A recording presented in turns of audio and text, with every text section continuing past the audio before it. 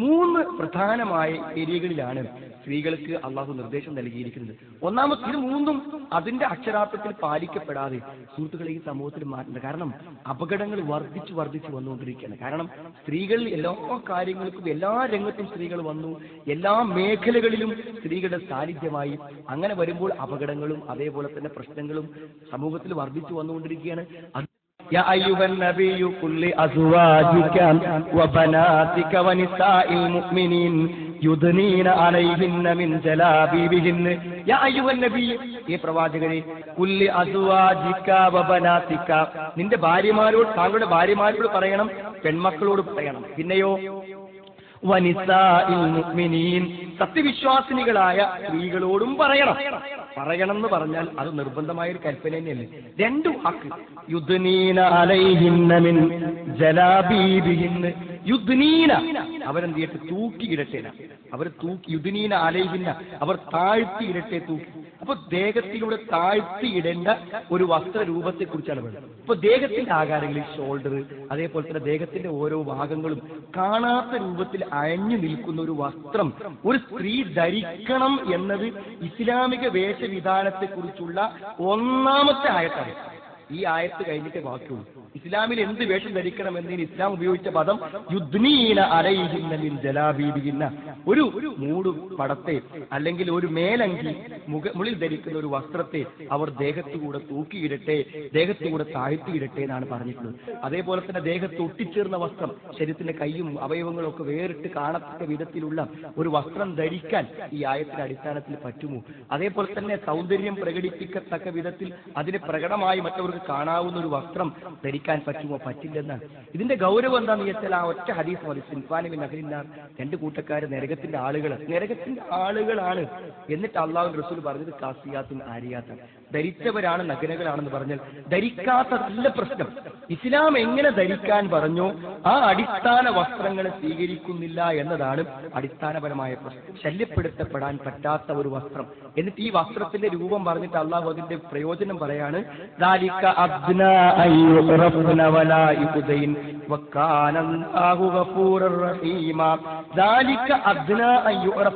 അവർ തിരിച്ചറിയപ്പെടാൻ. എന്താ സഹോദരങ്ങൾ തിരിച്ചറിയപ്പെടാൻ?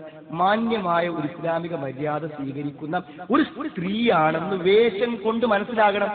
പിന്നെയോ വലായുദൈൻ അവർ ശല്യപ്പെടുത്തപ്പെടാതിരിക്കുവാൻ. സ്ത്രീകളുടെ മേലുള്ള എല്ലാ കയ്യേറ്റങ്ങൾക്കും അടിസ്ഥാനപരമായ കാര്യം വേഷത്തിൽ മാന്യമായി വേഷം ധരിച്ച ഒരു സ്ത്രീക്ക് എതിരും സഞ്ചരിക്കാം, എവിടെയും ജീവിക്കാം, ആ സുരക്ഷിതം അവൾക്കുണ്ടാകുമെന്ന്. രണ്ടാമത്തെ ഒരു കാര്യം എന്ന് പറഞ്ഞാൽ സൗന്ദര്യം പ്രകടിപ്പിക്കുവാൻ വേണ്ടി സഹോദരിമാര് പുറത്തിറങ്ങാൻ പറ്റില്ല. വഖർന ഫീ ബുയൂതികുന്ന വലാ തബറജ്ന തബറുജൽ ജാഹിലിയ്യത്തിൽ ഊലാ. വഖർന ഫീ ബുയൂതികുന്ന, നിങ്ങൾ നിങ്ങളുടെ വീടുകളിൽ അടങ്ങിയിരിക്കണം. ഇത് ഖുർആന്റെ ആയത്താണ്, ഇതിന് വേറെ അർത്ഥമൊന്നും വെക്കാൻ പറ്റില്ല. നിങ്ങൾ നിങ്ങളുടെ വീടുകളിൽ അടങ്ങിയിരിക്കണം. വലാ തബറജ്ന തബറുജൽ ജാഹിലിയ്യത്തിൽ ഊല.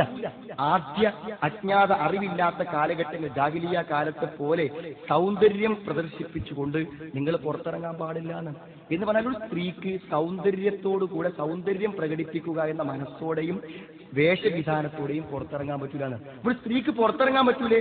അള്ളാഹുവിന്റെ റസൂൽ ഈദിന്റെ സമയത്ത് സ്ത്രീകളോട് ആർത്തവകാരികളായ സ്ത്രീകളെ കൂടി കൂട്ടി പോകാൻ പറഞ്ഞിട്ടുണ്ട്. ഇപ്പൊ സ്ത്രീകൾക്ക് ആവശ്യം ജുമാക്ക് പോകാൻ വേണ്ടി നബിന്റെ ഭാര്യമാർ ജുമാക്ക് പോയിട്ടുണ്ട്.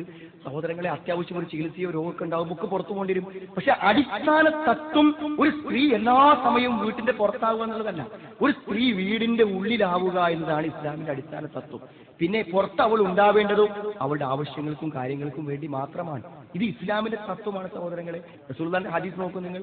അയ്യുമംറഅത്തിൻ ഇസ്തത്താറത്ത്, ഒരു പെണ്ണ് സുഗന്ധം ഉപയോഗിച്ചാൽ സുമ്മ ഹറജത്ത്, പിന്നെ അവൾ പുറത്തു പോയാൽ മറത്ത് അലാ ഖൗമിൻ, അങ്ങനെ ഒരു ജനതയുടെ അടുക്കിലൂടെ അവൾ നടന്നു പോയി യജിദു റിഹ, അങ്ങനെ ഒരു മണം എനിക്ക് ഉണ്ടായിക്കോട്ടെ, അത് ആളുകൾ കിട്ടിക്കോട്ടെ എന്നാണ് അവളുടെ ഉദ്ദേശമെങ്കിൽ ഫഹിയ സാനിയ, അവൾ വ്യഭിചാരിണിയായ ഒരു സ്ത്രീയാകുന്നു എന്ന് പറയുമ്പോൾ എത്ര ഗൗരവമുണ്ട് സഹോദരങ്ങളെ. മൂന്നാമത്തെ കാര്യം, തന്റെ ഭർത്താവിനോട് പെരുമാറുന്ന പോലെ ഒരു സ്ത്രീക്ക് ഒരു അന്യപുരുഷനോട് പെരുമാറാൻ പറ്റില്ല. ആ വ്യത്യാസം അങ്ങനെ തന്നെ ഖുർആൻ പഠിപ്പിച്ചു. സുഹൃത്തുക്കളെ, ഇന്ന് നമ്മുടെ സഹോദരിമാരുടെ അവസ്ഥ എന്താണ്? കുറ്റപ്പെടുത്തി പറയല്ല. അതായത് മഹറമായ പുരുഷന്മാർ, സ്വന്തം വാപ്പ, ഭർത്താവ്, ആങ്ങള, ഇവരോടൊക്കെ പെരുമാറുന്ന പോലെ തന്നെയാണ് ക്ലാസ്മേറ്റിനോട്, സഹപ്രവർത്തകനോട്, തന്റെ കൂടെ ജോലി ചെയ്യുന്ന ആളുകളോട്, വഴിയിൽ കാണുന്നവരോട്, ജോലിക്ക് വീട്ടിൽ വരുന്നവരോട്, പത്രക്കാരനോട്, പാലുകാരോട്, എല്ലാവരോടും പെരുമാറുന്ന തമാശകളും കമന്റുകളും എല്ലാം തന്റെ ഭർത്താവിനോട് എങ്ങനെ പെരുമാറുന്നു അങ്ങനെ തന്നെയാണ് പെരുമാറുന്നത്.